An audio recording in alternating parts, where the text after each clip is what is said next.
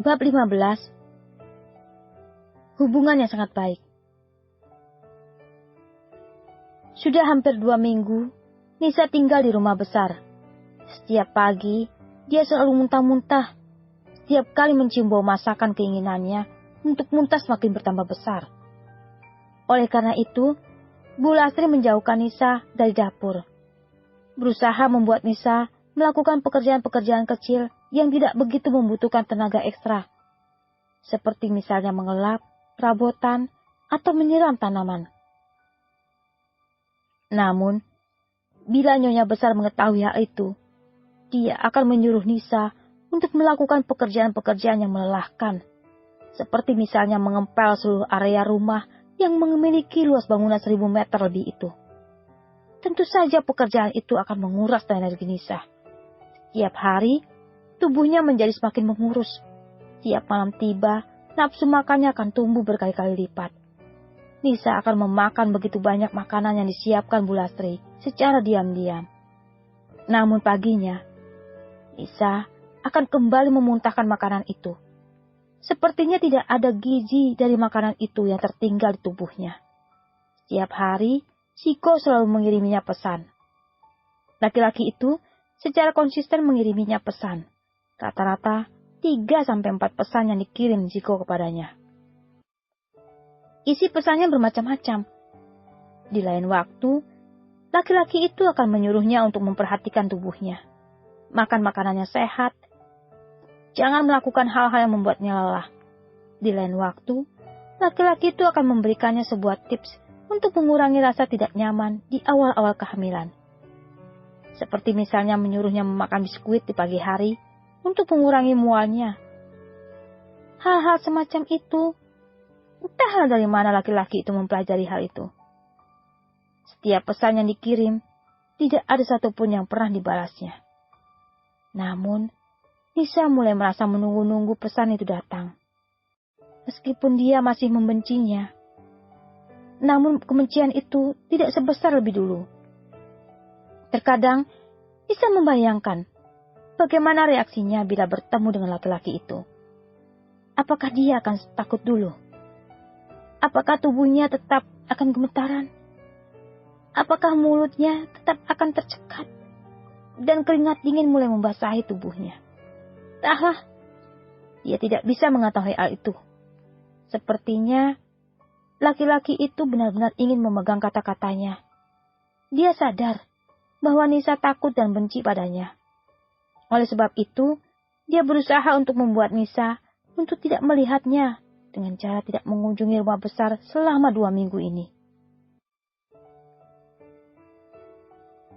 Malam ini, ketika sedang terbaring di tempat tidurnya, Nisa mulai melihat-lihat ponselnya, berharap ada pesan masuk.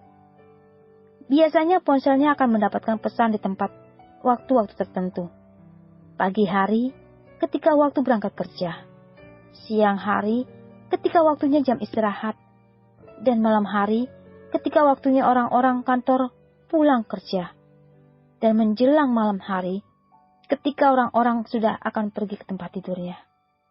Dan dugaannya, benar, pesan itu kembali datang. Sudah tidur? Apa yang kamu lakukan hari ini? Apakah tubuhmu baik-baik saja? Sudah pergi ke dokter kandungan? Biasanya, Nisa akan mengabaikan pesan-pesan seperti ini. Dia akan membaca pesan-pesan itu dan akan mengabaikannya. Tidak pernah membalasnya. Namun entah mengapa malam ini, dia ingin membalas pesan itu. Hatinya jadi sedikit melau. Apakah ini bawaan bayinya yang membutuhkan perhatian ayahnya?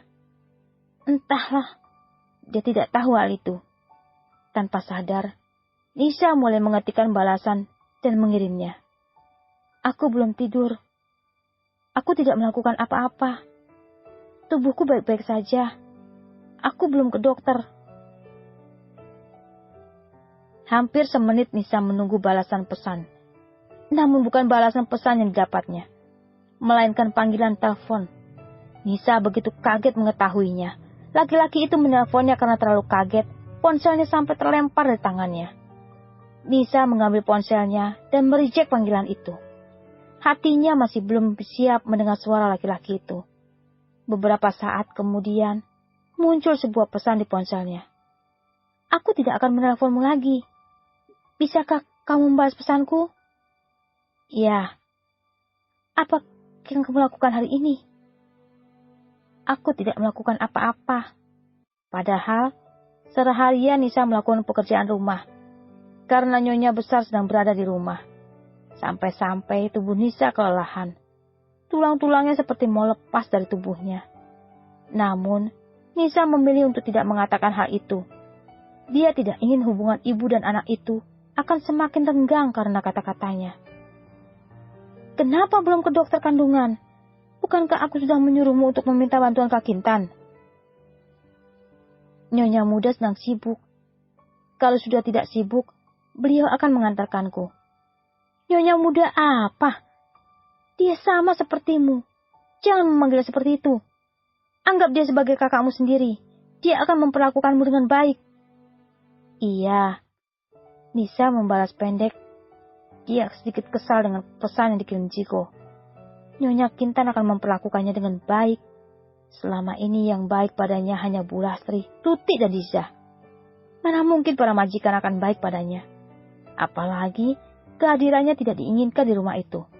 Sepertinya itu hanya ada dalam angan-angannya saja. Apakah bayinya akan baik-baik saja? Iya. Apakah kamu mengalami muntah-muntah di pagi hari? Tidak. Nisa berbohong. Karena dia tidak ingin laki-laki itu mengkhawatirkannya. Syukurlah kalau seperti itu. Aku membacanya sebagian kecil wanita yang tidak mengalami morning sickness. Syukurlah kamu salah satunya. Bila ada yang kamu inginkan, katakan padaku. Aku akan berusaha mewujudkan. Tidak ada. Aku mau tidur. Ya sudahlah. Terima kasih. Sudah membalas pesan-pesanku. Selamat malam. Tidurlah yang nyenyak. Nisa membaca ulang pesan-pesan itu. Entah mengapa hatinya menjadi sedikit damai. Sepertinya laki-laki itu tidak seburuk perkiraannya. Nisa mengganti nama kontak laki-laki itu yang awalnya diberi nama laki-laki jahat, berubah menjadi ayah si bayi. Mungkin, bila hubungannya dengan laki-laki itu baik semakin membaik, kondisi bayi ini juga akan semakin baik. Kata orang, mood seorang ibu akan dirasakan bayinya juga. Bila dia menjalin hubungan baik dengan ayah si bayi, mungkin baik untuk tumbuh kembang si bayi. Nisa memejamkan matanya, memutuskan untuk tidur. Pagi datang begitu cepat. Hari ini, Nyonya besar sepertinya memutuskan untuk sedikit menyiksanya. Masih pagi Nisa sudah harus mengepel seluruh rumah, membersihkan kamar-kamar, dan menyikat setiap toiletnya. Meskipun morning sickness kembali melandanya, namun Nisa berusaha menahannya. Selesai menyikat toilet, Nyonya besar menyuruhnya untuk mengelap seluruh perabotan dengan teliti. Pekerjaan itu dilakukannya sampai menjelang siang. Ketika sudah selesai bersantap siang, dan saatnya bersantai seperti teman-teman ART yang lainnya, Nyonya besar menyuruhnya untuk mencuci semua baju kotor di rumah itu. Nyonya besar melarang siapapun untuk membantunya. Hampir jam 4 sore, Nisa berhasil mencuci semua baju-baju itu. Dan mengeringkannya sepertinya, Nisa sudah paham pekerjaan selanjutnya yang akan ditugaskan padanya. Tanpa diperintah, Nisa mulai mengumpulkan semua baju-baju yang bila ditimbang beratnya bisa berpuluh-puluh kilo. Dan mulai menyiapkan peralatan untuk menyetrika.